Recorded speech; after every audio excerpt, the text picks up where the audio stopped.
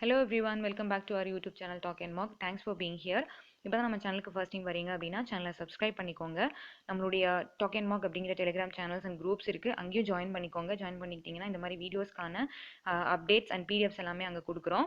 அதெல்லாம் யூஸ் பண்ணிக்கலாம் நீங்கள். இன்றைக்கி வந்து நம்ம ஜனவரி 4 கரண்ட் அஃபேர்ஸ் தான் பார்க்க போகிறோம். அதுக்கு முன்னாடி ஃபார் மோர் வீடியோஸ் நம்ம எஜுகேட்டர்ஸ்னுடைய அன்அகாடமி ப்ரொஃபைல்ஸை ஃபாலோ பண்ணிக்கிட்டிங்கன்னா அவங்க அங்கே போடுற கிளாஸஸ் அண்ட் வீடியோஸ் எல்லாமே நீங்கள் பார்த்துக்கலாம். சார் கூட IBPS PO and IBPS clerk மெயின்ஸ்க்கான ரீசனிங் மாக் டெஸ்ட் கிளாஸ் ஒன்று ஸ்டார்ட் பண்ணியிருக்காரு ஜனவரி 1 அந்த கிளாஸஸும் நீங்கள் பார்த்துக்கலாம். ஜனவரி 5 டாப் எஜுகேட்டர்ஸ்னுடைய டாப் பேட்சஸ் நிறைய லான்ச் ஆக போகுது, அதெல்லாமும் பார்த்துக்கலாம். நீங்கள் ஆல்ரெடி போட்ட பேட்சஸ் கிளாஸஸ் இருக்கும், அதுவும் ரெக்கார்டட் பார்த்துக்கலாம். நீங்கள் லைவ் கிளாஸஸ் பார்க்கும்போது ரியல் டைம் இன்ட்ராக்ஷனோட டவுட் கிளாரிஃபிகேஷன் செஷன்ஸும் இருக்கும். அது மட்டும் இல்லாமல் அன்அகாடமியில் ஆஸ்க் எ டவுட் அப்படிங்கிற ஒரு ஃபீச்சரும் கொடுத்துருக்காங்க. இவ்வளோ நாள் அது ஆப்பில் மட்டும் யூஸ் பண்ணுற மாதிரி இருந்தது, இப்போ வெப்சைட்லேயும் யூஸ் பண்ணுற மாதிரி கொண்டு வந்திருக்காங்க. ஆல்சோ எவ்ரி சண்டே 10 AM வந்து அன்அகாடமி காம்பேட் அப்படின்னு சொல்லி ஒரு டெஸ்ட் ஒன்று போயிட்டுருக்கு. 30 questions 15 minutes. அது நீங்கள் அட்டன் பண்ணிக்கிட்டீங்கன்னா அப்கமிங்கில் வர எல்லா எக்ஸாம்ஸ்க்கும் உங்களுக்கு யூஸ்ஃபுல்லாக இருக்கும். நல்ல ரேங்க்கில் வரோம் அப்படின்னா உங்களுக்கு ஸ்காலர்ஷிப்ஸும் கொடுக்குறாங்க, அதெல்லாம் நீங்கள் யூட்டிலைஸ் பண்ணிக்கோங்க. இப்போ வந்து நியூ இயர் ஆஃபர் போயிட்டுருக்கு. ப்ளஸ் சப்ஸ்கிரிப்ஷன் எடுக்கிற மாதிரி இருந்ததுன்னா எடுத்துக்கோங்க. சப்ஸ்கிரிப்ஷன் எடுக்கும்போது நீங்கள் டாக் அண்ட் மாக் அல்லது நரேஷ் 10 அப்படிங்கிற கோட்ஸை யூஸ் பண்ணிக்கிட்டீங்க அப்படின்னா உங்களுக்கு 10% டிஸ்கவுண்ட் கிடைக்கும். இப்போ வந்து நியூ இயர் ஆஃபருன்றதுனால 22% வரைக்கும் உங்களுக்கு டிஸ்கவுண்ட்ஸ் இருக்குது. வேறு ஏதாவது டவுட் அப்படின்னா நீங்கள் சாரை டெலிகிராம் குரூப்பில் காண்டாக்ட் பண்ணிங்க அப்படின்னா சார் கைட் பண்ணுவார். சாருடைய அன்அகாடமி ஸ்பெஷலைசேஷன் கிளாஸில் வந்து சிஏ ரிவிஷன் போயிட்டுருக்கு. IBPS PO and IBPS clerk மெயின்ஸ்க்கான சிஏ ரிவிஷன் போயிட்டுருக்கு. எவ்ரிடே 8 PM போயிட்டுருக்கு. அதுக்கான லிங்க் எல்லாமே டிஸ்கிரிப்ஷனில் இருக்குது, கிளிக் பண்ணி என்ரோல் பண்ணிக்கிட்டிங்கன்னா டெய்லியும் கிளாஸஸ் நீங்கள் அட்டன் பண்ணிக்கலாம். இப்போ தான் ஃபர்ஸ்ட் டைம் அன்அகாடமிக்குள்ளே வரீங்க அப்படின்னா நரேஷ் 10 அப்படிங்கிற இன்வைட் கோட் யூஸ் பண்ணி நீங்கள் ஃப்ரீ கண்டென்ட்டை வந்து அக்சஸ் பண்ணிக்கலாம், அன்லாக் பண்ணிக்கலாம். இன்றைக்கான நியூஸ் பார்க்கலாம். Important days. ஃபர்ஸ்ட் நியூஸ் என்னன்னா வேர்ல்டு பிரைலி டே வந்து 4th ஜனவரி அப்சர்வ் பண்ணுறோம் அப்படின்னு சொல்லியிருக்காங்க. 2019 தான் நம்ம இதை அப்சர்வ் பண்ண ஸ்டார்ட் பண்ணியிருக்கோம். பிரைலி அப்படின்னா நம்ம இந்த பார்வை மாற்றுத்திறனாளிகள் படிக்கிறதுக்காகவும் எழுதுறதுக்காகவும் யூஸ் பண்ணக்கூடிய ஒரு மெத்தட் அப்படின்னு சொல்லிட்டு நம்மளுக்கு எல்லாமே தெரியும். இது டெவலப் பண்ணவர் வந்து லூயிஸ் பிரைலி அப்படிங்கிறவர் தான் இந்த ஒரு சிஸ்டமை உருவாக்குனாரு. அப்படின்றதுனால அவருடைய ஞாபகமாக தான் அவருடைய பேரே இந்த ஒரு மெத்தட் இந்த சிஸ்டம்க்கு வந்து வச்சுருக்காங்க.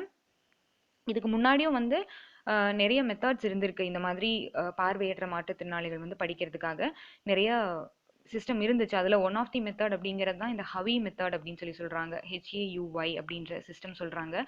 இது என்னன்னா நம்ம இப்போ ஒரு பேப்பரில் வந்து அழுத்தி எழுதும்போது அதனுடைய அச்சு வந்து நம்ம பேப்பருக்கு பின்னாடி நம்ம டச் பண்ணும்போது அது ஃபீல் ஆகும் இல்லையா, அதே மெத்தட் தான் இதுக்கு முன்னாடி இருந்திருக்கு. பட் அது வந்து எப்படின்னா ரொம்ப திக்கான பேப்பர்லேயோ இல்லைனா லெதர்லேயோ ரொம்ப அழுத்தி எழுதி அதனுடைய அச்சை நம்ம டச் பண்ணி அது என்ன லெட்டர் அப்படிங்கிறத ஃபீல் பண்ணி நம்ம படிக்கிற மாதிரி இருக்கும். அது வந்து ரீட் பண்ணுறதுக்கு மட்டும்தான் உபயோகமாக இருந்திருக்கு, ரைட் பண்ண முடியாதுன்றதுனால இவர் வந்து லூயிஸ் பிரைலி அப்படின்றவர் வந்து எழுதுறதுக்கும் தகுந்த மாதிரியான ஒரு புது மெத்தட் கண்டுபிடிக்கணும் அப்படின்றதுக்காக தான் இந்த ஒரு பிரைலி மெத்தடை கண்டுபிடிச்சாருன்னு சொல்கிறாங்க. இவரும் ஒரு பார்வை மாற்றுத்திறனாளி தான், லூயிஸ் பிரைலி அப்படின்றவர். இவருக்கு வந்து ரொம்ப சின்ன வயசாக இருக்கும்போது ஒரு கார் ஆக்சிடென்ட்னால தான் இவருக்கு பார்வை போச்சு அப்படின்னு சொல்லியிருக்காங்க. இந்த நம்ம பிரைலி மெத்தட் யூஸ் பண்ணி லெட்டர்ஸ் மட்டும் கிடையாது, இந்த மேத்தமேட்டிக்கல் சிம்பிள்ஸு, மியூசிக்கல் சிம்பிள்ஸு இதெல்லாமும் கூட நம்ம தெரிஞ்சுக்கலாம், அது வந்து ரெகக்னைஸ் பண்ணிக்கலாம் அப்படின்னு சொல்லியிருக்காங்க. இதில் வெறும் 6 டாட்ஸ் தான் இருக்குது. ஒரு லெட்டருக்கும் 6 டாட்ஸை வச்சு ஒரு லெட்ரு சிம்பிள்ஸ் எல்லாமே தனித்தனியாக ரெப்ரசென்ட் பண்ணலாம் அப்படின்னு சொல்லியிருக்காங்க. நெக்ஸ்ட் ஆபிச்சுவரி.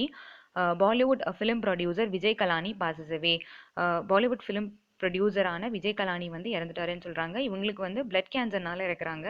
ட்ரீட்மெண்ட்காக யூகே போயிருக்காங்க, அங்கே வச்சு இறந்துட்டாங்க அப்படின்னு சொல்கிறாங்க. இப்போ யூகேல தான் இந்த கிரிமேஷன்ஸ் எல்லாம் நடக்க போகுது அப்படின்னு சொல்கிறாங்க. யூகே பொறுத்த வரைக்கும் அங்கே எல்லாத்துக்குமே ஒரு சட்டம் இருக்கும். இவர் இப்போ முன்னாடியே இப்போ 2 days பேக் இறந்தா கூடவும் இவர் வந்து கிரிமேஷன்ஸ்க்காக புக் பண்ணி அந்த புக் பண்ணி அவைலபிளாக இருந்தால் மட்டும்தான் கிரிமேஷன்ஸ் பண்ண முடியும். அப்படி பண்ணும்போது ஜனவரி 6 அல்லது 7 தான் இவருடைய கிரிமேஷன்ஸ் இருக்கும் அப்படின்ற மாதிரி சொல்லியிருக்காங்க. இவருடைய கடைசி இவர் ப்ரொடியூஸ் பண்ண படம் எது அப்படின்னா தி பவர் அப்படின்னு சொல்லியிருக்காங்க. அவ்வளோதான். Next appointments and resignations. Vinod Kannan அப்படிங்கிறவர் வந்து விஸ்தாரா ஏர்லைன்ஸினுடைய சிஇஓவாக டுக் ஓவர் பண்ணுறாங்க அப்படின்னு சொல்லியிருக்காங்க. இவர் இதுக்கு முன்னாடி இவர் வந்து லெஸ்லே தங் அப்படிங்கிறவரை ரீப்ளேஸ் பண்ணிட்டு தான் இந்த பொசிஷனுக்கு வராங்க. இவர் வந்து 2019 தான் ஃபர்ஸ்ட் இந்த விஸ்தாரா ஏர்லைன்ஸ்குள்ளே சீஃப் செக்ரட்டரி ஆஃபீஸராக அப்பாயிண்ட் பண்ணப்படுறாரு. அதுக்கப்புறம் 2020 ஜனவரியில் சீஃப் கமர்ஷியல் ஆஃபீஸராக இவர் அப்பாயிண்ட் பண்ணப்படுறாங்க அப்படின்னு சொல்லியிருக்காங்க. அந்த பொசிஷன்லேருந்து தான் இப்போது சிஇஓவாக அப்பாயிண்ட் பண்ணப்படுறாரு. இவர் இதுக்கு முன்னாடி ஹோல்ட் பண்ண பொசிஷனுக்கு தீபக் ரஜவத் அப்படிங்கிறவரை சீஃப் கமர்ஷியல் ஆஃபீஸராக இப்போ அப்பாயிண்ட் பண்ணப்பட்டிருக்காங்க அப்படின்னு சொல்லியிருக்காங்க. இவர் வந்து விஸ்தாராக்குள்ள 2019 வந்தால் கூடவும் இவர் வந்து இந்த விஸ்தாரான்றது வந்து டாடா சன்ஸ் பிரைவேட் லிமிடெடினுடையவும் சிங்கப்பூர் ஏர்லைன்ஸினுடையவும் ஒரு ஜாயிண்ட் வெஞ்சர்ன்னு சொல்கிறாங்க. ஸோ இவர் சிங்கப்பூர் ஏர்லைன்ஸில் ஒரு 20 இயர்ஸுக்கு மேலே வினோத் கண்ணன் அவங்க வந்து ஒர்க் பண்ணிட்டு இருந்திருக்காங்க அப்படின்னு சொல்லியிருக்காங்க. வேரியஸ் போஸ்ட்டில் ஒர்க் பண்ணிட்டு இருந்திருக்காங்க அப்படின்னு சொல்லியிருக்காங்க. Next, awards and honors. Smriti Mandhana nominated for the prestigious Rachel Heyhoe Flint Trophy அப்படின்னு சொல்லியிருக்காங்க. இது என்னன்னா ஐசிசி அவார்ட்ஸ் வந்து எல்லா வருஷமும் கொடுத்துட்டு இருக்காங்க இல்லையா, அதில் ஒன் ஆஃப் தி கேட்டகரி தான் இந்த ராய்ச்சல் ஹேஹோ ஃப்ளின்ட் ட்ராஃபி அப்படின்றது. அதில் விமன் கேட்டகரியில் இவங்களுக்கு கிடைச்சிருக்குன்னு சொல்லியிருக்காங்க. இவங்க வந்து நாமினேட் ஆயிருக்காங்க அப்படின்னு சொல்லியிருக்காங்க. மொத்தமாக இந்த ஐசிசி அவார்ட்ஸ் வந்து 13 இண்டிவிஜுவல் கேட்டகரிஸ்லையும் ஒரு 5 டீம் ஆஃப் தி இயர் அவார்டும் தனித்தனியாக கொடுப்பாங்க அப்படின்னு சொல்கிறாங்க. அதில் ஒன் ஆஃப் தி கேட்டகரியில் நம்ம ஸ்மிருதி மந்தானா அவங்க வந்து நாமினேட் ஆயிருக்காங்க அப்படின்னு சொல்லியிருக்காங்க. ஸ்மிருதி மொத்தமாக ஒரு கேட்டகரியிலையும் 4 இண்டிவிஜுவல்ஸை நாமினேட் பண்ணுவாங்க. அந்த 4 இண்டிவிஜுவலில் ஒருத்தர் தான் ஸ்மிருதி மந்தானா. இவங்க கூட சேர்ந்து இங்கிலாந்தினுடைய டாமி பீமோண்டோ, ஆஸ்திரேலியாவினுடைய லெஸ்லே லீ அப்படிங்கிறவங்களும், அயர்லாந்தினுடைய கேபி லெவிஸ் அப்படிங்கிற 3 பேரும் சேர்ந்து நாமினேட் ஆயிருக்காங்க அப்படின்னு சொல்லியிருக்காங்க. இப்போ நாமினேஷன்ஸ் நடந்தாலும் ஜனவரி எண்டில் தான் இந்த அவார்ட்ஸ் எல்லாம் அனௌன்ஸ் பண்ணுவாங்கன்னு சொல்கிறாங்க. ஓட்டிங் மூலமாக தான் இந்த அவார்ட்ஸ் வந்து அனௌன்ஸ் பண்ணுறாங்க அப்படின்னு சொல்லியிருக்காங்க. இப்போது இந்த 5 டீம் அப்படின்றது வந்து இப்போ அந்த 13 இண்டிவிஜுவல் கேட்டகரிஸ் அப்படின்னா இந்த ICC men's test cricketer of the year award, அதே மாதிரி women's cricketer of the year award, ODI cricketer of the award, அந்த மாதிரி தான் 13 கேட்டகரி சொல்கிறாங்க. அதே மாதிரி 5 டீமுக்கு 5 ஃபார்மேட்லேயும் டீம் வந்து பெஸ்ட் டீமாக செலக்ட் பண்ணி கொடுக்க போகிறாங்க அப்படின்னு சொல்லியிருக்காங்க. அதாவது இவங்க பேட்டிங்கில் பெஸ்ட்டாக பேட்டிங் அண்ட் பவுலிங், அப்புறமா ஃபீல்டிங்கு எவ்வளோ கன்சிஸ்டண்ட்டாக செயல்படுறாங்க, அப்புறம் டீம் ஸ்பிரிட்டு, இதெல்லாம் டிபெண்ட் பண்ணி தான் அந்த 5 டீமை செலக்ட் பண்ண போகிறதா சொல்லியிருக்காங்க. இப்போ நம்ம ஸ்மிருதி மந்தானாவை பார்த்துக்கிட்டோம் அப்படின்னா இவங்க வந்து 855 ரன்ஸ் எடுத்திருக்காங்க 22 இன்டர்நேஷனல் மேட்சஸில். ஆவரேஜாக 38.86 ரன்ஸ் இருக்குது அப்படின்ற மாதிரி சொல்லியிருக்காங்க இவங்கள. நெக்ஸ்ட் வந்து ரேங்கிங் அண்ட் இண்டெக்ஸு. இந்தியாவினுடைய அன்எம்ப்ளாய்மெண்ட் ரேட் பற்றின ஒரு ரிப்போர்ட், அந்த ஸ்டேட்டஸ் எப்படி இருக்குதுன்றதை பற்றின ஒரு ரிப்போர்ட் ஒன்று ரிலீஸ் பண்ணியிருக்காங்க அப்படின்னு சொல்கிறாங்க. டிசம்பர் மந்த்துக்கான அன்எம்ப்ளாய்மெண்ட் ரிப்போர்ட் தான் ரிலீஸ் பண்ணியிருக்காங்க. இது வந்து the centre for monitoring Indian economy அப்படிங்கிற ஒரு மும்பை பேஸ்டு கன்சல்டன்சி கம்பெனி தான் இந்த ஒரு ரிப்போர்ட்டை ரிலீஸ் பண்ணுறாங்க. டிசம்பரில் வந்து 7.91% அன்எம்ப்ளாய்மெண்ட் ரேட் இருந்திருக்கு அப்படின்னு சொல்கிறாங்க. இது ப்ரீவியஸ் மந்த் கம்பேர் பண்ணும்போது நவம்பரில் 7% தான் இருந்திருக்கு அப்படின்னு சொல்லியிருக்காங்க. இந்த 7.91% அப்படிங்கிறது லாஸ்ட் 4 மந்த்தில் இதுதான் ஹையஸ்ட் அப்படின்னு சொல்கிறாங்க. இதே வந்து நம்ம ப்ரீவியஸ் இயர் 2020 டிசம்பர் எடுத்துக்கிட்டோம் அப்படின்னா 9.1% இருந்திருக்கு. பட் அது கூட கம்பேர் பண்ணும்போது இது கம்மினாலும் பாஸ்ட் 4 மந்த்ஸ் எடுத்துக்கிட்டோம் அப்படின்னா இதுதான் கொஞ்சம் ஹையஸ்டாக இருக்குது அப்படின்னு சொல்கிறாங்க. அதே மாதிரி ஹரியானா அப்படின்ற ஸ்டேட்டு தான் வந்து ஹையஸ்ட் அன்எம்ப்ளாய்மெண்ட் ரேட் இருக்கிற ஒரு ஸ்டேட்டு அப்படின்னு சொல்லியிருக்காங்க. நெக்ஸ்ட் வந்து ராஜஸ்தான் செகண்ட் பொசிஷனில் வராங்க அப்படின்னு சொல்லியிருக்காங்க. ஹரியானாவில் வந்து 34.1% அளவுக்கு அன்எம்ப்ளாய்மெண்ட் ரேட்ஸ் இருக்குது அப்படின்னு சொல்கிறாங்க. அதுக்கப்புறமா ராஜஸ்தான், ஜார்க்கண்ட், அப்புறம் பீகார், ஜம்மு அண்ட் காஷ்மீர், இந்த மாதிரி அடுத்தடுத்த ஸ்டேட்ஸ்லாம் வந்து அன்எம்ப்ளாய்மெண்ட் ரேட்ஸ் அதிக அளவில் இருக்குது அப்படின்னு சொல்லியிருக்காங்க. ஆல்சோ நம்ம வந்து urban unemployment rate, rural unemployment rate அப்படின்னு சொல்லி ரெண்டாக பிரிக்கிறாங்க. இதில் ரூரல் அன்எம்ப்ளாய்மெண்ட் ரேட் வந்து அர்பன் அன்எம்ப்ளாய்மெண்ட் ரேட்டை விட கொஞ்சம் கம்மியாக தான் இருக்குது. இப்போ ரூரல் அன்எம்ப்ளாய்மெண்ட் ரேட் வந்து 7.28% இருக்குது டிசம்பரில் அப்படின்னா, அர்பன் அன்எம்ப்ளாய்மெண்ட் ரேட் வந்து 9.3% இருக்குது அப்படின்னு சொல்லியிருக்காங்க. அன்எம்ப்ளாய்மெண்ட் ரேட் வந்து ரொம்ப ரொம்ப கம்மியாக இருக்கிற மாநிலம் வந்து கர்நாடகா சொல்கிறாங்க. இப்போ இப்படி ஹையஸ்ட் அன்எம்ப்ளாய்மெண்ட் ரேட் இருக்கிறது ஹரியானா சொல்கிறோமோ அதே மாதிரி லோவஸ்ட் வந்து கர்நாடகா மாநிலம் அப்படின்னு சொல்கிறாங்க. அதுக்கப்புறம் குஜராத், ஒடிசா இவங்கெல்லாம் வந்து ரொம்ப கம்மியான அன்எம்ப்ளாய்மெண்ட் ரேட்ஸ் இருக்கிற மாநிலங்கள் அப்படின்னு சொல்லியிருக்காங்க. நெக்ஸ்ட் பேங்கிங் அண்ட் எக்கனாமிக்ஸ் எடுத்துக்கிட்டோன்னா நம்ம இந்த ஸ்மால் சேவிங்ஸ் ஸ்கீம்ஸ் எல்லாம் பார்க்குறோம்ல, அந்த ஸ்கீம்ஸினுடைய இன்ட்ரெஸ்ட் ரேட்டை வந்து அன்சேஞ்சாக வச்சுருக்காங்க அப்படின்னு சொல்லியிருக்காங்க. இது லாஸ்ட்டாக எப்போ சேஞ்ச் பண்ணாங்கன்னா 2020 ஜூனில் தான் சேஞ்ச் பண்ணாங்க. கிட்டத்தட்ட இவ்வளோ இயர்ஸாக இந்த அன்எம்ப்ளாய்மெண்ட் இந்த ஸ்மால் சேவிங்ஸ் ஸ்கீம்ஸ் அப்படின்றத வந்து ஸ்கீம்ஸினுடைய ரேட்ஸை வந்து அன்சேஞ்சாகவே வச்சுருக்காங்க அப்படின்னு சொல்லியிருக்காங்க. இது வந்து ஏன் அப்படின்னா இப்போ இந்த ஸ்மால் சேவிங் ஸ்கீமில் அதிக அளவில் கான்ட்ரிபியூட் பண்ணுற மாநிலம் எதுனா வெஸ்ட் பெங்கால் சொல்கிறாங்க. அதுக்கப்புறம் உத்தரப்பிரதேஷ் வந்து செகண்டாக இருக்கிற மாநிலம் அப்படின்னு சொல்கிறாங்க. இப்போ உத்தரப்பிரதேஷில் வந்து எலெக்ஷன்ஸ் வர போகுது இல்லையா அந்த வருஷம், அதனால எலெக்ஷன்ஸ் வரதுனால அதிக அளவில் கான்ட்ரிபியூட் பண்ணுற இந்த மாநிலம் இவங்க இருக்கிறதுனால கண்டிப்பாக அன்எம்ப்ளாய்மெண்ட் ரேட்டை சாரி இந்த ஸ்மால் சேவிங் ஸ்கீம்னுடைய ரேட்டை வந்து குறைக்க மாட்டாங்க அப்படின்ற மாதிரி சொல்லியிருக்காங்க. இதுக்கு முன்னாடி ஒரு வாட்டி நம்ம பார்த்துருந்துருப்போம். இந்த ஒரு வாட்டி 70லேருந்து 140 basis points last year April and ஜூனில் குறைச்சிட்டு ஃபியூ ஹவர்ஸ்லேயே வந்து இல்லை நாங்கள் குறைக்கல அப்படின்ற மாதிரி அனௌன்ஸ் பண்ணியிருந்தாங்க. அது கூடவும் வந்து வெஸ்ட் பெங்கால் எலெக்ஷன் இருந்த டைம் அப்படின்னு சொல்கிறாங்க. வெஸ்ட் பெங்கால் எலெக்ஷன் இருந்ததுனால இவங்க தான் வந்து இந்த ஸ்மால் சேவிங் ஸ்கீமில் அதிக அளவில் கான்ட்ரிபியூட் பண்ணுற மாநிலம் அப்படின்றதுனால இந்த அன்எம்ப்ளாய்மெண்ட் ரேட்டை மறுபடியும் இந்த ஸ்மால் சேவிங் ஸ்கீமினுடைய ரேட்ஸை வந்து குறைச்சிட்டோம் அப்படின்னா அது எலெக்ஷன்ஸில் அஃபெக்ட் ஆகும் அப்படின்றதுனால குறைக்காம இருந்தாங்க அப்படின்ற மாதிரி சொல்ல வராங்க. இதில் வந்து நம்ம யூஸ்வலாக ரொம்ப ஒரு சில ஸ்கீம்ஸினுடையது தான் எப்போவுமே படிச்சுட்டு இருப்போம். பட் இப்போ இருக்கிற ட்ரெண்ட் படி அவங்க எது கேட்பாங்க கேட்க மாட்டாங்கன்ட்டு தெரியாததுனால மொத்தமாக இருக்கிற 12 ஸ்மால் சேவிங்ஸ் ஸ்கீமினுடைய இன்ட்ரெஸ்ட் ரேட்டுமே இங்கே இருக்குது, நீங்கள் பார்த்துக்கோங்க.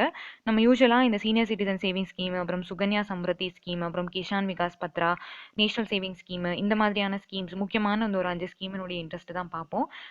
பட் இப்போ வந்து எல்லாத்தையும் பார்த்துக்க வேண்டியது அவசியமாயிடுச்சு இப்போ இருக்கிற ட்ரெண்ட் படி பார்த்துக்கிட்டோம் அப்படின்னா.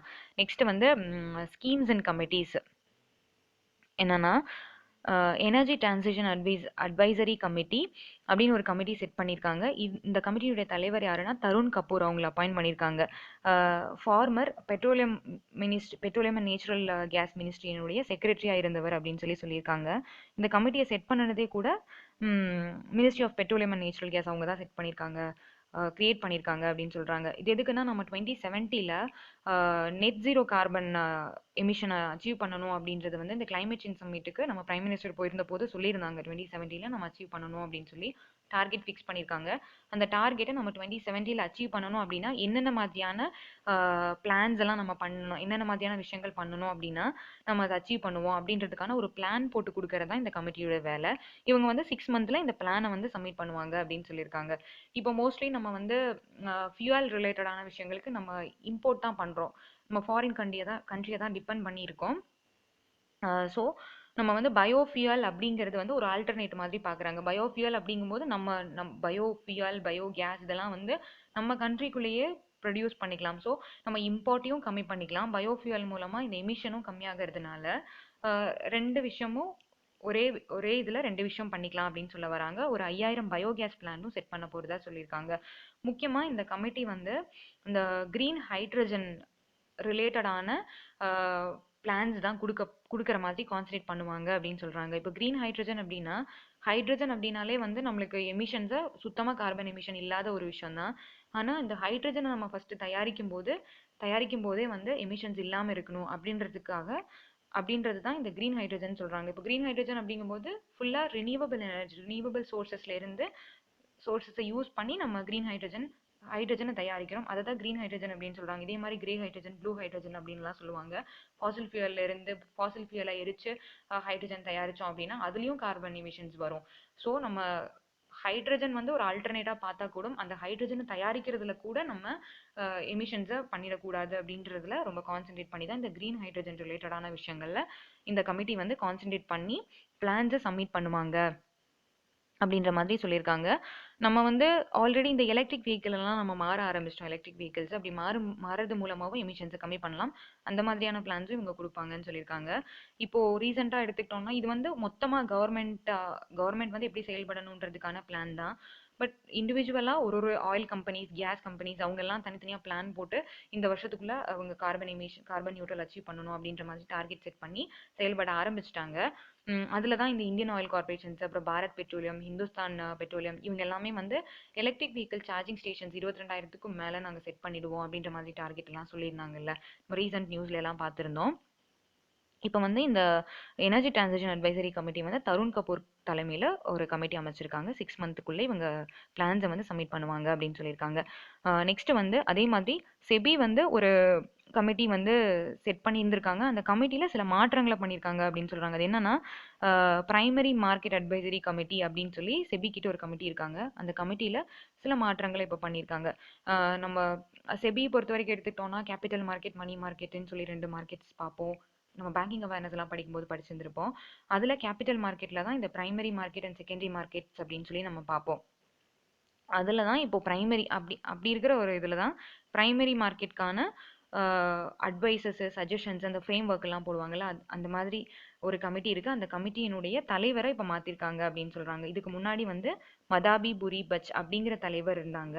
இப்போ அவரை ரீப்ளேஸ் பண்ணிட்டு சஹோ அப்படிங்கிறவங்கள அந்த பொசிஷனுக்கு அப்பாயிண்ட் பண்ணியிருக்காங்க அப்படின்னு சொல்லியிருக்காங்க. இவர் யாருன்னா நேஷனல் லா யூனிவர்சிட்டியினுடைய professor and also insolvency and bankruptcy போர்டினுடைய சேர்பர்சனா முன்னாடி இருந்தவர் அப்படின்னு சொல்லியிருக்காங்க. அவர் தான் இப்போ பண்ணியிருக்காங்க. இப்போ இந்த கமிட்டியினுடைய தலைவரா போட்டிருக்காங்கன்னு சொல்லியிருக்காங்க. இந்த கமிட்டிஸ் வந்து யூஸ்வலா இந்த பிரைமரி மார்க்கெட்ல ஏதாவது மாற்றங்கள் பண்ணணும், ஃப்ரேம் ஒர்க்ல சேஞ்சஸ் பண்ணணும் அப்படின்ற மாதிரியான விஷயங்களுக்கு சஜஷன்ஸ் கொடுப்பாங்க அப்படின்னு சொல்லியிருக்காங்க. இந்த பிரைமரி மார்க்கெட் அப்படின்னா நம்ம படிச்சிருந்திருப்போம் ஆல்ரெடி. ஃபர்ஸ்ட் ஒரு கம்பெனி வந்து இனிஷியலாக அவங்க வந்து அவங்களுடைய செக்யூரிட்டிஸை சேல் பண்ணக்கூடிய இடத்த தான் இந்த பிரைமரி மார்க்கெட்ஸ் அப்படின்னு சொல்லுவோம். இனிஷியல் பப்ளிக் ஆஃபரிங் எல்லாம் பார்க்குறோம் இல்லையா, அது அங்கே வந்து கம்பெனிஸ் வந்து ஃபர்ஸ்ட் டைமாக அந்த செக்யூரிட்டிஸ் கிரியேட் பண்ணி சேல் பண்ணுவாங்க. நம்ம அங்கே செக்யூரிட்டிஸை வாங்க மட்டும்தான் முடியும். இதே செகண்டரி மார்க்கெட் எடுத்துக்கிறோம்னா அங்கே ட்ரேடிங் நடக்கும். இப்போ என்எஸ்சி, பிஎஸ்சி எல்லாம் சொல்கிறோம் இல்லையா, அது வந்து செகண்டரி மார்க்கெட்ஸ் அப்படின்னு சொல்கிறாங்க. அங்கே வந்து நம்ம ஆல்ரெடி நம்மக்கிட்ட இருக்கிற ஷேர்ஸை விற்கலாம், இல்லைனா புதுசாக நம்ம ஷேர்ஸ் வாங்கிக்கலாம். அதை தான் செகண்டரி மார்க்கெட்னு சொல்லுவாங்க. இந்த பிரைமரி மார்க்கெட்டுக்கு ஆனால் அட்வைசரி கமிட்டியினுடைய தலைவரை சஹோவா இப்போ போட்டிருக்காங்க அப்படின்னு சொல்லியிருக்காங்க. அவ்வளோதான். நெக்ஸ்ட் வந்து international news. India donated 5 lakh doses of COVID-19 vaccines to Afghanistan அப்படின்னு சொல்கிறாங்க. நம்ம வந்து ஆப்கானிஸ்தானுக்கு ஒரு 5 lakh doses ஆஃப் கோவேக்சின் வந்து நம்ம டொனேட் பண்ணுறோம்னு ஹியூமானிட்டேரியன் அசிஸ்டன்ட் பேசிஸில் நம்ம வந்து அவங்களுக்கு ஃப்ரீயாக கொடுக்குறோம் அப்படின்னு சொல்லியிருக்காங்க. இப்போ வந்து ஸ்டார்டிங்கில் 5 lakh கொடுக்குறோம். அப்கமிங் வீக்ஸில் இன்னும் ஒரு 5 lakh டோசஸ் வந்து நம்ம அவங்களுக்கு கொடுப்போம்னு சொல்லியிருக்காங்க. இப்போது லாஸ்ட் ஆகஸ்ட்டில் ஆப்கானிஸ்தானை வந்து தாலிபான்கள் டேக் ஓவர் பண்ணினதுக்கு அப்புறமே வந்து அங்கே நிறைய ஃபினான்ஷியல் கிரைசிஸ் போயிட்டுருக்கு. நிறைய பேர் வந்து அங்கேருந்து மைக்ரண்ட் ஆகி வேற கண்ட்ரீஸ்க்கெல்லாம் போயிட்டு இருக்காங்க. அங்கே ஃபுட்டு கூட இல்லாமல் ரொம்ப கஷ்டப்படுறாங்க அப்படின்ற மாதிரிலாம் பார்த்துருந்தோம். ஸோ நம்ம வந்து இந்த ஒரு கோவிட் டோசஸ் கொடுக்கறது மூலமாக, கோவிட் வேக்சின்ஸ் கொடுக்கறது மூலமாக அவங்களுக்கு கொஞ்சம் சப்போர்ட்டிவாக இருக்கும் அப்படின்றனால கொடுக்குறாங்க. இது மட்டும் இல்லாமல் நம்ம வந்து 1.6 tons ஆஃப் மெடிசின்ஸ், ரொம்ப முக்கியமான மெடிசின்ஸ் எல்லாம் கொடுத்துருக்கோம் அப்படின்னு சொல்லியிருக்காங்க. இன்னும் கொடுப்போம் அப்படின்ற மாதிரியும் சொல்லியிருக்காங்க. இன்னும் மெடிசின்ஸ் அண்ட் ஆல்சோ வீட் எல்லாமே கூட அவங்களுக்கு கொடுக்க போகிறோம் அப்படின்ற மாதிரி சொல்லியிருக்காங்க. நம்ம இந்த 1.6 tons ஆஃப் மெடிசின்ஸ் கொடுத்தது வந்து WHO மூலமாக நம்ம கொடுத்துருக்கோம். பட் இந்த வீட்டெல்லாம் கோதுமை எல்லாம் கொடுக்க போகிறோம்னு சொல்லியிருக்காங்கல்ல, இது வந்து நம்ம 50 tons ஆஃப் வீட் கொடுக்க போகிறோம்னு சொல்லியிருக்காங்க. இது வந்து தரை வழியாக கொடுக்க போகிறோம். தரை வழியாக கொடுக்கறதுக்கும் நம்மளுக்கும் அவங்களுக்கும் டைரக்ட் கான்டாக்ட் இல்லாததுனால பாகிஸ்தான் மூலமாக தான் கொடுக்கணும்னு சொல்கிறாங்க. அதுவும் பாகிஸ்தானுடைய ட்ரக் யூஸ் பண்ணி தான் நம்ம அந்த ஃபுட் கிரைன்ஸை வந்து அவங்க எடுத்துகிட்டு போகணும். ஆப்கானிஸ்தான் வந்து நம்ம வாகா பார்டர்லேருந்து நம்ம பாகிஸ்தானுடைய ட்ரக்கில் ட்ரான்ஸ்ஃபர் பண்ணிட்டோம்னா பாகிஸ்தான் ட்ரக் மூலமாக தான் ஆப்கானிஸ்தானுக்கு போகணும் அப்படின்ற மாதிரி சில ரூல்ஸ் எல்லாம் போட்டிருக்காங்க பாகிஸ்தான். அதனால அதை பற்றின டிஸ்கஷன்ஸ் இப்போ போயிட்டு இருக்கே தவிர இன்னும் ஃபுல்லாக எப்படி இதை எடுத்துகிட்டு போகிறோம் அப்படின்றத பற்றின எந்த ஒரு டீட்டெயில்ஸும் சொல்லலை அப்படின்னு சொல்லியிருக்காங்க. இப்போ ஆப்கானிஸ்தான் எடுத்துக்கிட்டோம்னா இந்த ஃபினான்ஷியல் கிரைசிஸ்னால அங்கே ஒரு 98% ஆப்கான் பீப்புள்ஸ் வந்து பசினால இருக்காங்க அப்படின்னு சொல்கிறாங்க. இது ஆகஸ்ட் கம்பேர் பண்ணும்போது 17% அதிகரிச்சிருக்கு அப்படின்ற மாதிரியும் சொல்லியிருக்காங்க. Next France takes over European யூனியனுடைய பிரசிடென்சியை வந்து ஃப்ரான்ஸ் டேக் ஓவர் பண்ணுறாங்க அப்படின்னு சொல்லியிருக்காங்க ஃபார் 6 months. மொத்தமாக இந்த யூரோப்பியன் யூனியனில் 27 நேஷன்ஸ் இருக்காங்க. இந்த 27 நேஷன்ஸும் ரொட்டேஷன் பேசிஸில் 6 months மாறி மாறி ஒருத்தவங்க இந்த பிரசிடென்சியை டேக் ஓவர் பண்ணிப்பாங்க அப்படின்னு சொல்கிறாங்க. அதில் இப்போது ஃப்ரான்ஸ் டேக் ஓவர் பண்ணியிருக்காங்க பிரசிடென்சி. அதாவது ஜனவரி 1, 2022 ஜூன் 30, 2022 வரைக்கும் இந்த பிரசிடென்சியை ஃப்ரான்ஸ் தான் ஹோல்ட் பண்ண போகிறாங்க அப்படின்னு சொல்லியிருக்காங்க. இதுக்கு முன்னாடி ஸ்லோவேனியா அப்படின்ற கண்ட்ரி தான் இந்த ஒரு பிரசிடென்சியை ஹோல்ட் பண்ணிட்டு இருந்தாங்க. அதாவது லாஸ்ட் இயர் 2021 ஜூலைலேருந்து 2021 31 வரைக்கும் ஸ்லோவேனியா தான் இதை ஹோல்ட் பண்ணிட்டு இருந்தாங்க அப்படின்னு சொல்றாங்க. அதுக்கப்புறம் இப்போ பிரான்ஸ் வந்து 6 மந்த்துக்கு டேக் ஓவர் பண்ணுவாங்க. பிரான்ஸ் கிட்ட இருந்து செக் ரிப்பப்ளிக் வந்து டேக் ஓவர் பண்ணிப்பாங்க அப்படின்ற மாதிரி சொல்லியிருக்காங்க. இது வந்து 13வது தடவை இந்த பிரான்ஸ் வந்து இந்த பிரசிடென்சியை டேக் ஓவர் பண்றாங்க. அது இந்த ரொட்டேஷன் பேசிஸ்ல வரும்போது 13வது தடவை இவங்க டேக் ஓவர் பண்ணியிருக்காங்க அப்படின்னு சொல்றாங்க. இப்போ பிரான்ஸ் பொறுத்த வரைக்கும் என்னன்னா, அடுத்த வருஷம் ஏப்ரல்ல வந்து பிரான்ஸ்ல எலெக்ஷன் வரப்போகுது. அதுக்கு இப்போ பிரான்ஸ் இந்த ஒரு பிரசிடென்சியை டேக் ஓவர் பண்றதுன்றது இவங்களுக்கு ஒரு அட்வான்டேஜா இருக்கு அப்படின்னு சொல்றாங்க. ஏன்னா ஒரு பெரிய ஒரு யூரோப்பியன் யூனியன் அப்படிங்கிறது ஒரு பெரிய ஒரு கவுன்சில். இந்த கவுன்சிலுடைய பிரசிடென்சியை ஹோல்ட் பண்ற அளவுக்கு ஒரு கெப்பாசிட்டிஸ் இருக்கு அப்படிங்கிற மாதிரி சொல்றாங்க. அது மட்டும் இல்லாம அங்க வந்து நிறைய மாற்றங்களை ஏற்படுத்தலாம் அப்படின்னு சொல்றாங்க. இவங்க வந்து டிஜிட்டைசேஷன் அண்ட் கிளைமேட் ப்ரொடெக்ஷன் ரிலேட்டடான ஆக்டிவிட்டீஸ்ல கான்சன்ட்ரேட் பண்ணி இவங்களுடைய பவரை அங்கே காமிக்கும் போது அதை வந்து அப்கமிங் எலெக்ஷன்ஸ்க்கு இவங்க யூஸ் பண்ணிக்கலாம் அப்படிங்கிற மாதிரி சொல்லியிருக்காங்க.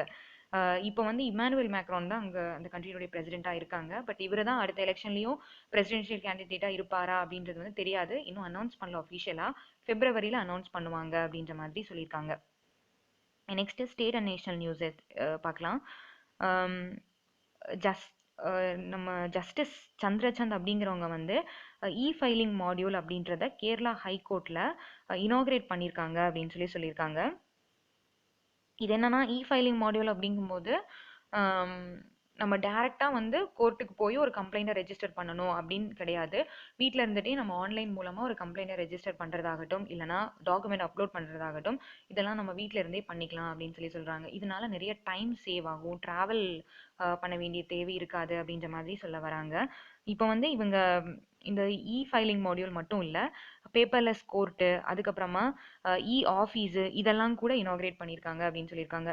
நம்ம கேரளா ஹைகோர்ட்டினுடைய சீஃப் ஜஸ்டிஸான ஜஸ்டிஸ் எஸ் மணிக்குமார் அவங்க தான் வந்து இந்த ஆஃபீஸ் அப்படிங்கிறது இனாகிரேட் பண்ணியிருக்காங்க. அதே மாதிரி பேப்பர்லெஸ் கோர்ட் அப்படிங்கிறது வந்து கேரளாவுடைய சிஎம் பினராயி விஜயன் அவங்க இனாகிரேட் பண்ணியிருக்காங்க அப்படின்னு சொல்லியிருக்காங்க. இந்த டிஒய் சந்திரசந்த் அப்படிங்கிறவங்க வந்து சுப்ரீம் கோர்ட்டுடைய கமிட்டியினுடைய சேர்பர்சனாக இருக்கிறவங்க தான் இந்த டிஒய் சந்திரசந்த் அப்படிங்கிறவங்க. இவங்க தான் இதை இனாகிரேட் பண்ணியிருக்காங்கன்னு சொல்லியிருக்காங்க. இவங்க என்ன சொல்றாங்கன்னா, நம்ம இந்த மாதிரி இனிஷியேட்டிவ்ஸ், இந்த ஃபைலிங் இதெல்லாம் கொண்டு வந்தால் மட்டும் பத்தாது, இந்த டிஜிட்டல் லிட்ரஸி அப்படிங்கிறதையும் வந்து மக்களுக்கு எடுத்துட்டு போனாதான் அவங்க இதெல்லாம் ப்ராப்பரா யூட்டிலைஸ் பண்ணிக்க முடியும் அப்படின்னும் சொல்றாங்க. Next Kargil winter expedition cancel due to rising COVID cases அப்படின்னு சொல்றாங்க. இப்போ இந்த எக்ஸ்பெடிஷன் அப்படின்னா ஒரு ஒரு குரூப் ஆஃப் பீப்புள் ஒரு ஜாலியாக கொஞ்சம் தூரம் நடந்து போகிறாங்க அப்படின்னு சொல்லலாம். நடந்து போகிற ஒரு இதுதான், கொஞ்சம் பேர் சேர்ந்து நடந்து போகிறாங்க. அந்த மாதிரி ஒரு அதை தான் எக்ஸ்பெடிஷன் அப்படின்னு சொல்கிறாங்க.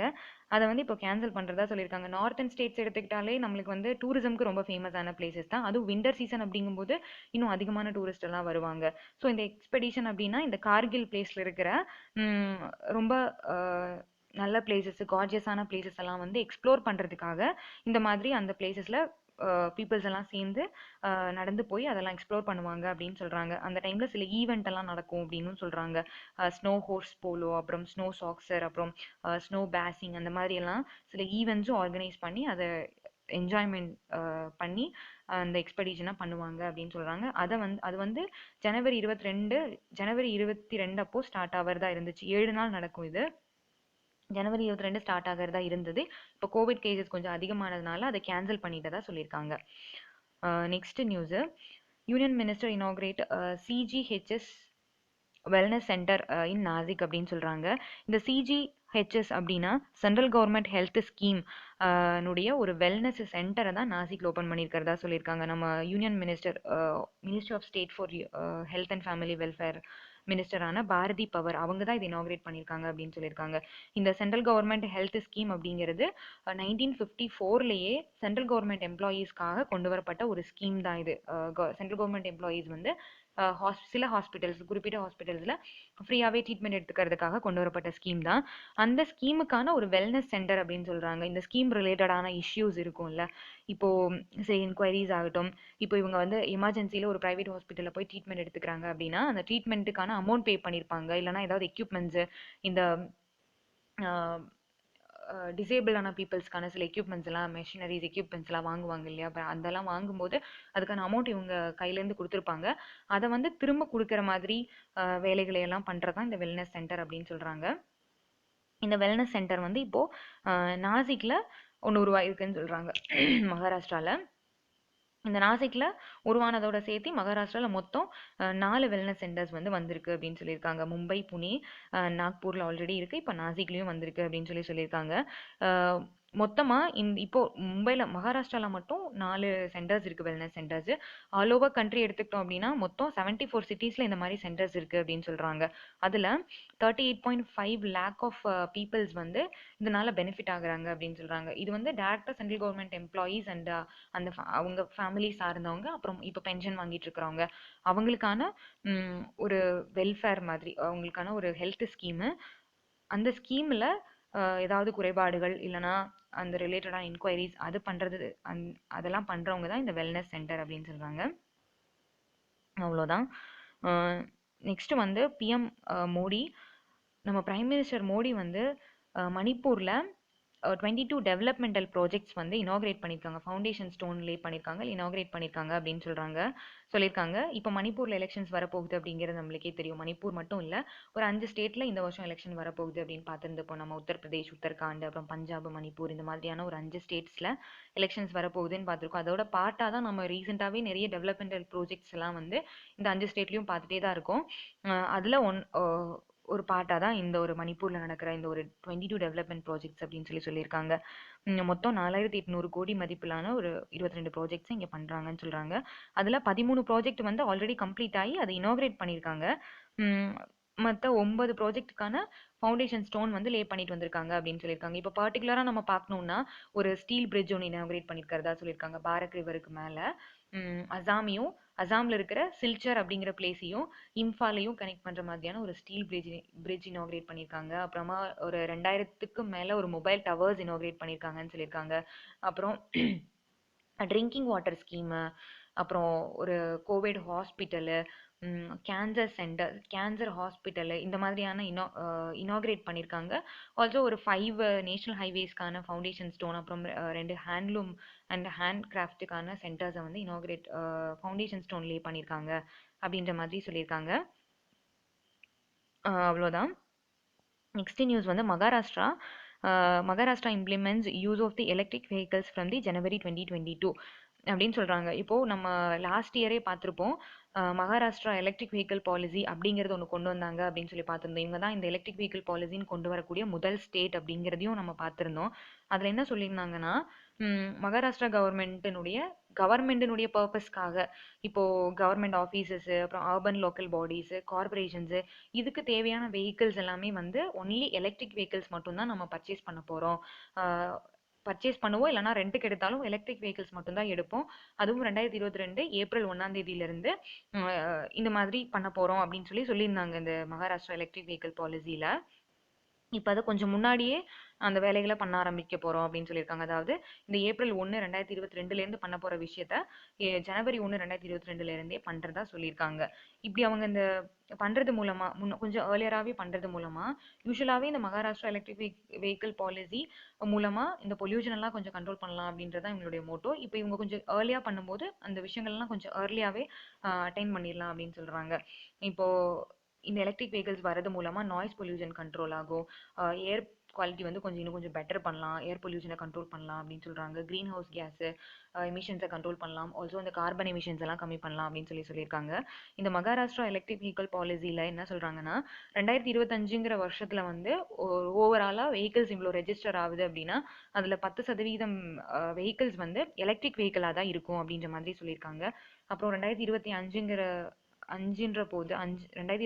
வருஷத்தில் 25% பப்ளிக் டிரான்ஸ்போர்ட் வந்து எலக்ட்ரிக் வெஹிக்கிள்ஸாக இருக்கும் அப்படின்ற மாதிரி சொல்லியிருக்காங்க. அவ்வளோதான். நெக்ஸ்ட்டு 16th நியூஸ் வந்து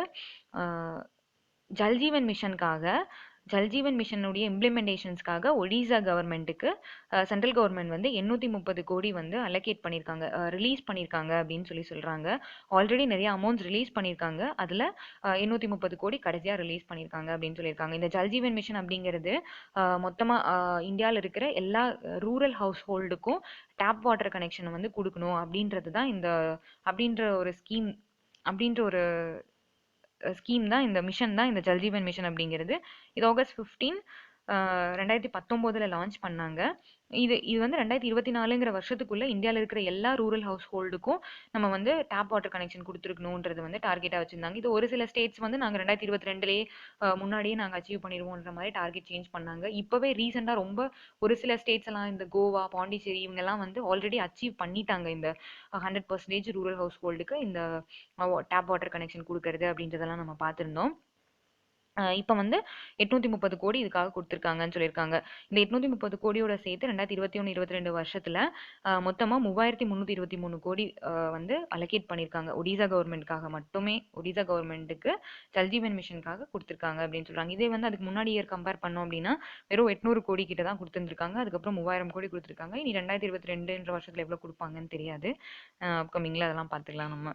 நெக்ஸ்ட் வந்து ஆம், அஹ் மும்பைல வந்து வாட்டர் டாக்ஸி சர்வீசஸை ஸ்டார்ட் பண்ண போறாங்க ஜனவரி ஃபர்ஸ்ட் வீக்ல அப்படின்னு சொல்லியிருக்காங்க. இப்போ என்னன்னா இந்த வாட்டர் டாக்ஸி அப்படின்றது நம்ம யூஸ்வலா ரோட்ல நம்ம டாக்ஸில போற மாதிரி தான். நம்ம வாட்டர் டாக்ஸின்றது ரெண்டு பிளேஸஸை கனெக்ட் பண்றதுக்காக தண்ணி வழியா நம்ம போய்க்கலாம். அதுக்கு வந்து ரெண்ட் கொடுக்கணும். அந்த நம்ம டிராவல் பண்றதுக்கான அமௌண்ட் கொடுக்கணும் அப்படின்னு சொல்றாங்க. இப்போ என்னன்னா இந்த ஒரு ரெண்டு பிளேஸ் போகணும் அப்படின்னா ரூ. 1000, 1500 அந்த மாதிரி ரேஞ்சஸ்ல இதனுடைய ஃபேர் எல்லாம் சொல்லியிருக்காங்க. இந்த வாட்டர் டாக்ஸி சர்வீசஸ்ன்றது இப்பதான் ஃபர்ஸ்ட் டைமா மும்பைல வருதான்னு பார்த்தா இல்ல. 1994லயே 4 வரைக்கும் இந்த வாட்டர் டாக்ஸி சர்வீஸ் அப்படின்றது இருந்திருக்கு. அதுக்கப்புறமா ஸ்டாப் பண்ணிட்டாங்க. இப்போ வந்து எகைன் ஸ்டார்ட் பண்றதா சொல்லியிருக்காங்க. எங்கன்னா இந்த டொமஸ்டிக் க்ரூஸ் டெர்மினல் அப்படின்னா நம்ம போட்டிங்லாம் போகும்போது ஒரு பிளேஸ்ல இருந்து போட் ஏறுவோம் இல்லையா, அதான் க்ரூஸ் டெர்மினல் அப்படின்னு சொல்றாங்க. இப்போ ஃபெரி வார்ஃப் அப்படிங்கிற பிளேஸ்ல இருக்கிற க்ரூஸ் டெர்மினல்ல இருந்து பெலாப்பூர் அண்ட் நெரூல் அப்படிங்கிற பிளேஸ் வரைக்கும் ஒரு பிளேஸ்ல இருக்கிற டெர்மினல்ஸை வந்து இந்த கனெக்டிவிட்டி ப்ரொவைட் பண்றதுக்காக இந்த வாட்டர் டாக்ஸி சர்வீசஸ் யூஸ் பண்ணிக்கலாம்னு சொல்றாங்க. இப்போ வந்து இந்த வாட்டர் டாக்ஸி ப்ரொவைடர்ஸ் வந்து இப்போ ரெடியா இருக்காங்க. இன்னும் ஒருத்தர் மட்டும் எக்ஸ்ட்ராவா அப்ரூவல்ஸ் கிடைச்சதுன்னா அவங்களும் வந்து பண்ண ஆரம்பிச்சிருவாங்க அப்படின்னு சொல்லியிருக்காங்க. இது வந்து இந்த வாட்டர் டாக்ஸி சர்வீசஸ் ப்ராஜெக்டை வந்து யார் யார் பண்ணுறாங்கன்னா மும்பை போர்ட் ட்ரஸ்ட்டும் Maharashtra maritime port and city அவங்களும் இண்டஸ்ட்ரியல் டெவலப்மெண்ட் கார்பரேஷனும் சேர்ந்து தான் இந்த வாட்டர் டாக்ஸி சர்வீசஸ் ப்ராஜெக்ட் அப்படிங்கிறத வந்து இம்ப்ளிமெண்ட் பண்ணுறதா சொல்லியிருக்காங்க. இந்த வாட்டர் மூலமாக நம்ம ட்ராவல் பண்ணும்போது டிராஃபிக் வந்து ரொம்ப அதிக அளவுக்கு கம்மியாகும் அப்படின்னு சொல்லியிருக்காங்க. அவ்வளோதான், நியூஸஸ் முடிச்சிட்டோம். ஒன்லைனர்ஸ் மட்டும். வேர்ல்டு பிரைலி டே வந்து ஜனவரி 4th அப்சர்வ் பண்ணுறோம். நம்ம 2019லேருந்து இது அப்சர்வ் பண்ணுறதா சொல்லியிருக்காங்க. லூயிஸ் பிரைலி அப்படின்றவர் தான் இந்த பிரைலி மெத்தடை கண்டுபிடிச்சாங்க. அவங்களுடைய ஞாபகமாக அவங்களுடைய பர்த் ஆனிவர்சரியை தான் நம்ம இதை அப்சர்வ் பண்ணுறோம்னு சொல்கிறாங்க. இவங்க வந்து பிரான்ஸ் நாட்டை சேர்ந்தவங்க அப்படின்னு சொல்லியிருக்காங்க. நெக்ஸ்ட் வந்து பாலிவுட் ஃபிலிம் ப்ரொடியூசர் விஜய் கலானி அவங்க வந்து பாசிட்டிவே ஆயிட்டாங்க அப்படின்னு சொல்லியிருக்காங்க. நெக்ஸ்ட் வந்து விஸ்தாரா ஏர்லைன்ஸ் னுடைய சிஇஓவா வினோத் கண்ணன் அவங்கள வந்து அப்பாயின்ட் பண்ணியிருக்காங்க அப்படின்னு சொல்லியிருக்காங்க. இவர் வந்து லெசில் தங் அப்படிங்கிறவங்கள ரீப்ளேஸ் பண்ணிட்டு இவரை போட்டிருக்காங்க. விஸ்தாரா ஏர்லைன்ஸ் அப்படிங்கிறது வந்து டாடா சன்ஸ்னுடையவும் சிங்கப்பூர் ஏர்லைன்ஸ்னுடையவும் ஒரு ஜாயிண்ட் வெஞ்சர் அப்படின்னு சொல்லியிருக்காங்க. நெக்ஸ்ட் ஸ்மிருதி மந்தானா அவங்கள வந்து இந்த ஐசிசி 2021 அவார்ட்ஸில் ராய்ச்சல் ஹேஹோ ஃபிளின்ட் ட்ராஃபி அப்படிங்கிற கேட்டகரியில் வந்து இவங்கள ஒன் ஆஃப் தி பர்சனாக நாமினேட் பண்ணியிருக்காங்க அப்படின்னு சொல்லியிருக்காங்க. 4 பேர் மொத்தமாக நாமினேட் பண்ணியிருக்காங்க. அதில் இவங்களும் ஒருத்தவங்க அப்படின்னு சொல்லியிருக்காங்க. நெக்ஸ்ட் வந்து இந்தியாவுடைய அன்எம்ப்ளாய்மெண்ட் ரேட்கான ஒரு ரிப்போர்ட் ஸ்டேட்டஸ் எப்படி இருக்குது அப்படின்றத பற்றின ஒரு ரிப்போர்ட் ரிலீஸ் பண்ணியிருக்காங்க. அது வந்து centre for monitoring Indian economy அப்படிங்கிற ஒரு மும்பை பேஸ்டு கன்சல்டன்சி தான் ரிலீஸ் பண்ணியிருக்காங்கன்னு சொல்லியிருக்காங்க. டிசம்பரில் வந்து 7.91% அன்எம்ப்ளாய்மெண்ட் ரேட் இருக்குது அப்படின்னு சொல்லியிருக்காங்க. ப்ரீவியஸ் மந்தில் அதாவது நவம்பரில் 7% இருந்திருக்குன்னு சொல்லியிருக்காங்க. ஹையஸ்ட் அன்எம்ப்ளாய்மெண்ட் ரேட் வந்து ஹரியானாவில் இருக்குது. ஆல்சோ லோவஸ்ட் அன்எம்ப்ளாய்மெண்ட் ரேட் வந்து கர்நாடகாவில் இருக்குது அப்படின்னு சொல்லியிருக்காங்க. அர்பன் அன்எம்ப்ளாய்மெண்ட் ரேட் வந்து 9.3% இருந்திருக்கு அப்படின்னு சொல்கிறாங்க. ரூரல் அன்எம்ப்ளாய்மெண்ட் ரேட் வந்து டிசம்பரில் மட்டும் இதெல்லாம் 7.28% இருந்திருக்கு அப்படின்னு சொல்லியிருக்காங்க. அப்புறம் வந்து கவர்மெண்ட் நெக்ஸ்ட் நியூஸு கவர்மெண்ட் வந்து இந்த ஸ்மால் சேவிங்ஸ் ஸ்கீமினுடைய இன்ட்ரெஸ்ட் ரேட்டை வந்து அன்சேஞ்சாக வச்சுருக்காங்க அப்படின்னு சொல்லியிருக்காங்க. இது வந்து 4th குவார்ட்டர்னுடைய இன்ட்ரெஸ்ட் ரேட்டை வந்து அன்சேஞ்சாக இருக்குன்னு சொல்லியிருக்காங்க. இது லாஸ்ட்டாக வந்து 2020 ஜூனில் தான் சேஞ்ச் பண்ணாங்க. அதுக்கப்புறம் சேஞ்சே பண்ணலை அப்படின்னு சொல்லியிருக்காங்க. சீனியர் சிட்டிசன் சேவிங் ஸ்கீமினுடைய இன்ட்ரெஸ்ட் ரேட் வந்து 7.4% சொல்கிறாங்க. அப்புறம் பப்ளிக் ப்ராவிடென்ட் ஃபண்ட் வந்து 7.1%, நேஷனல் சேவிங் சர்டிஃபிகேட் வந்து 6.8%, கிஷான் விகாஸ் பத்ராக்கு வந்து 6.9%, சுகன்யா சம்ருதி வந்து 7.6%ன்னு சொல்கிறாங்க. இது இருக்கிறதுலே வந்து சுகன்யா சம்ருதிக்கு தான் ஹையஸ்ட் இன்ட்ரெஸ்ட் ரேட் வந்து ப்ரொவைட் பண்ணுறாங்க. நெக்ஸ்ட் வந்து எனர்ஜி டிரான்சிஷன் அட்வைசரி கமிட்டி அப்படின்னு சொல்லி ஒரு கமிட்டி செட் பண்ணியிருக்காங்க. அந்த கமிட்டியோட தலைவரா தருண் கபூரை போட்டிருக்காங்க அப்படின்னு சொல்லியிருக்காங்க. நம்ம 2070 கார்பன் நியூட்ரலா ஆகிறதுக்கான பிளான்ஸை வந்து இவங்க ஒரு 6 மந்த்துக்குள்ள என்னெல்லாம் பண்ணணும் அப்படின்றத வந்து பிளான் போட்டு கொடுப்பாங்க அப்படின்னு சொல்லியிருக்காங்க. நெக்ஸ்ட் வந்து செபி வந்து பிரைமரி மார்க்கெட் அட்வைசரி கமிட்டி அப்படின்ற ஒரு கமிட்டி ஆல்ரெடி வச்சிருக்காங்க. அந்த கமிட்டியில வந்து சில மாற்றங்கள் ஏற்படுத்தியிருக்காங்க அப்படின்னு சொல்லியிருக்காங்க. அந்த கமிட்டியினுடைய தலைவரா வந்து தாமஸ் சாரி எஸ் சஹோ அவங்கள வந்து இப்போ தலைவரா போட்டிருக்காங்க அப்படின்னு சொல்லியிருக்காங்க. இதுக்கு முன்னாடி இருந்தவர் வந்து மதாபி புரி பச் அவங்க 2019 இவங்கள இந்த கமிட்டியினுடைய தலைவரா போட்டாங்க. இப்போ இவரை ரீப்ளேஸ் பண்ணிட்டு தான் எஸ் சஹோ அவங்கள போட்டிருக்கிறதா சொல்லியிருக்காங்க. நெக்ஸ்ட் வந்து நம்ம ஆப்கானிஸ்தானுக்கு ஒரு 5 லட்சம் டோசஸ் கோவிட் வேக்சின் வந்து கொடுக்க போறதா சொல்லியிருக்காங்க. இது வந்து இதுக்கு முன்னாடி நம்ம 1.6 டன்ஸ் ஆஃப் மெடிசின்ஸ் எல்லாம் கொடுத்துருக்கோம் அப்படின்னு சொல்லியிருக்காங்க. அப்கமிங்லேயும் இன்னொரு 5 lakh ஆஃப் கோவிட் வேக்சின்ஸ் கொடுப்போம் அப்படின்ற மாதிரியும் சொல்லியிருக்காங்க. நெக்ஸ்ட் பிரான்ஸ் வந்து இந்த யூரோப்பியன் யூனியன் கவுன்சிலினுடைய பிரசிடென்சியை டேக் ஓவர் பண்றாங்கன்னு சொல்லியிருக்காங்க. இது வந்து சுழற்சி முறையில் 6 மாசத்துக்கு ஒரு கண்ட்ரியா ஹோல்ட் பண்ணுவாங்க. மொத்தம் 27 கண்ட்ரிஸ் இருக்காங்க. அதுல இப்போ வந்து பிரான்ஸ் ஹோல்ட் பண்ண போறாங்க. பிரான்ஸுக்கு முன்னாடி ஸ்லோவேனியா அப்படின்ற கண்ட்ரி ஹோல்ட் பண்ணிட்டு இருந்தாங்க. பிரான்ஸுக்கு அப்புறமா செக் ரிப்பப்ளிக் அப்படின்ற கண்ட்ரி வந்து ஹோல்ட் பண்ண போறாங்க அப்படின்ற மாதிரி சொல்லியிருக்காங்க. நெக்ஸ்ட் கேரளா ஹைகோர்ட்ல வந்து ஃபைலிங் மாடியூல் அப்படின்ற ஒரு விஷயத்த வந்து இனாகிரேட் பண்ணியிருக்காங்க அப்படின்னு சொல்லியிருக்காங்க. இனாகிரேட் பண்ணவர் பேர் வந்து சுப்ரீம் கோர்ட்டினுடைய கமிட்டியினுடைய சேர்பர்சனான டிஒய் சந்திரசந்த் அப்படிங்கிறவங்க தான் வந்து இதை இனாகிரேட் பண்ணியிருக்காங்க அப்படின்னு சொல்லியிருக்காங்க. அதே மாதிரி இது வந்து எதுக்கு பண்ணியிருக்காங்க அப்படின்னா நம்மளுடைய ட்ராவல் குறைக்கணும் அப்படின்றதுக்காகவும் டைம் வேஸ்ட் ஆகாமல் இருக்கணுன்றதுக்காகவும் வீட்டில இருந்தே நம்ம ஒரு கம்ப்ளைண்ட் ரெஜிஸ்டர் பண்ணிட்டு அதுக்கான டாக்குமெண்ட்ஸை வீட்டிலேருந்தே அப்லோட் பண்ணிக்கலாம் அப்படின்னு சொல்லியிருக்காங்க. டிஜிட்டலி அப்லோட் பண்ணிக்கலாம் அப்படின்னு சொல்லியிருக்காங்க. இதனால ட்ராவல் டைம் குறையும்னு சொல்றாங்க. நெக்ஸ்ட் வந்து Kargil district disaster management authority Kargil winter expedition வந்து ஜனவரி 22 நடக்க போறதா இருந்துச்சு. அதை வந்து கோவிட் கேசஸ் அதிகமாகிறதுனால கேன்சல் பண்ணிடுறதா சொல்லியிருக்காங்க. நெக்ஸ்ட் இந்த centre for health and central கவர்மெண்ட்டினுடைய ஹெல்த் ஸ்கீம்னுடைய ஒரு வெல்னஸ் சென்டரை வந்து நாசிக்ல இனாகிரேட் பண்ணியிருக்காங்க அப்படின்னு சொல்லியிருக்காங்க. இதோட சேர்த்து நாசிக்ல இது இனாகிரேட் பண்றதோட சேர்த்து மொத்தமாக மும்பையில் மகாராஷ்டிரால வந்து 4 வெல்னஸ் சென்டர்ஸ் வந்து உருவாகுதுன்னு சொல்றாங்க. இது வந்து சென்ட்ரல் கவர்மெண்ட் எம்ப்ளாயீஸ்க்கான ஒரு ஹெல்த் ஸ்கீம் தான் இந்த சென்ட்ரல் கவர்மெண்ட் ஹெல்த் ஸ்கீம் அப்படிங்கிறது. அது ரிலேட்டடான இஷ்யூஸ் அந்த விஷயங்களை பார்த்துக்கிறதுக்காக தான் இந்த வெல்னஸ் சென்டர் உருவாகுது அப்படின்னு சொல்லியிருக்காங்க. நெக்ஸ்ட் வந்து மணிப்பூர்ல 4800 கோடி மதிப்பிலான ஒரு 22 டெவலப்மெண்ட் ப்ராஜெக்ட்ஸை வந்து இனாகிரேட் பண்றாரு நம்ம பிரைம் மினிஸ்டர் அப்படின்னு சொல்லியிருக்காங்க. நெக்ஸ்ட் மகாராஷ்டிரா கவர்மெண்ட் வந்து இந்த Maharashtra government electric vehicle policy அப்படிங்கிறத லாஸ்ட் இயர் கொண்டு வந்திருந்தாங்க. அந்த அந்த ஸ்கீம் படி அந்த பாலிசி படி என்ன சொல்லியிருந்தாங்கன்னா ஏப்ரல் 1 2022 இருந்து நம்ம கவர்மெண்ட்டுக்காக வாங்கக்கூடிய வெஹிக்கிள்ஸ் ஆகட்டும் கவர்மெண்ட்காக யூஸ் பண்ணக்கூடிய வெஹிக்கிள்ஸ் ஆகட்டும் எல்லாமே வந்து எலக்ட்ரிக் வெஹிக்கிள்ஸ் மட்டும்தான் வாங்குவோம், ரெண்ட்டுக்கு எடுப்போம் அப்படின்ற மாதிரி சொல்லியிருந்தாங்க. அதை கொஞ்சம் ஏர்லியராகவே பண்ணுறதா சொல்லியிருக்காங்க. ஜனவரி 1 2022 இருந்தே நம்ம வந்து அந்த பாலிசியை இம்ப்ளிமெண்ட் பண்ண போகிறதா சொல்லியிருக்காங்க. நெக்ஸ்ட் ஒடிசா கவர்மெண்ட்டுக்கு வந்து ஜல்ஜீவன் மிஷனுக்கு இம்ப்ளிமெண்டேஷன்ஸ்க்காக ஒடிசா கவர்மெண்ட்டுக்கு 830 கோடி வந்து சென்ட்ரல் கவர்மெண்ட் ரிலீஸ் பண்ணியிருக்கிறதா சொல்லியிருக்காங்க. இந்த ஜல்ஜீவன் மிஷன் அப்படின்றது வந்து எல்லா ரூரல் ஹவுஸ் ஹோல்டுக்கும் டேப் வாட்டர் கனெக்ஷன் கொடுக்கணும் அப்படின்ற ஸ்கீம் தான் இந்த ஜல்ஜீவன் மிஷன். 2024 கொடுக்கணும் அப்படின்றது தான் இந்த ஸ்கீம். 2019 ஆகஸ்ட் 15 அன்னைக்கு லான்ச் பண்ணாங்க அப்படின்னு சொல்லியிருக்காங்க. அதே மாதிரி 17th நியூஸ் என்னன்னா வாட்டர் டாக்ஸி சர்வீசஸ் வந்து இந்த ஜனவரி ஃபர்ஸ்ட் வீக்ல மும்பைல வந்து ஸ்டார்ட் பண்ணிடுவாங்க அப்படிங்கிற மாதிரி சொல்லியிருக்காங்க. இதனால வந்து அங்கே டிராஃபிக்ஸ் எல்லாம் கொஞ்சம் குறைக்கலாம் அப்படின்ற மாதிரி சொல்லியிருக்காங்க. அவ்வளோதான் நியூஸஸ். Quote of the day, winners are not people who never fail but people who never quit அப்படின்னு சொல்கிறாங்க. இப்போ வந்து வின்னர்ஸ் அப்படின்றவங்க வந்து எப்போவுமே ஃபெயிலே ஆகாதவங்க கிடையாது, எப்பவுமே குவிட்டே பண்ணாதவங்க தான் வின்னர்ஸ் ஆகுறாங்க அப்படின்ற மாதிரி சொல்லியிருக்காங்க. ஸ்பெஷல் செஷன்ஸ் இருக்குது எவ்ரிடே 8 PM வந்து சாருடைய ஸ்பெஷல் செஷன்ஸ் இருக்குது அன்அகாடமியில். கரண்ட் அஃபேர்ஸ் ரிவிஷன் தான் போயிட்டுருக்கு. IBPS PO and IBPS clerk மெயின்ஸ்க்கான கரண்ட் அஃபேர்ஸ் ரிவிஷன் தான் போயிட்டுருக்கு. செப்டம்பர்லேருந்து டிசம்பர் வரைக்கும் ரேண்டம் MCQ போயிட்டுருக்கு. அதை அட்டன் பண்ணிக்கிட்டிங்கன்னா உங்களுக்கு அப்கமிங் எக்ஸாம்ஸில் ரொம்பவே யூஸ்ஃபுல்லாக இருக்கும். இதுக்கான லிங்க் எல்லாமே டிஸ்கிரிப்ஷனில் இருக்கும், நீங்கள் என்ரோல் பண்ணி கிளாஸஸ் பார்த்துக்கலாம். அவ்வளோதான். தேங்க்யூ.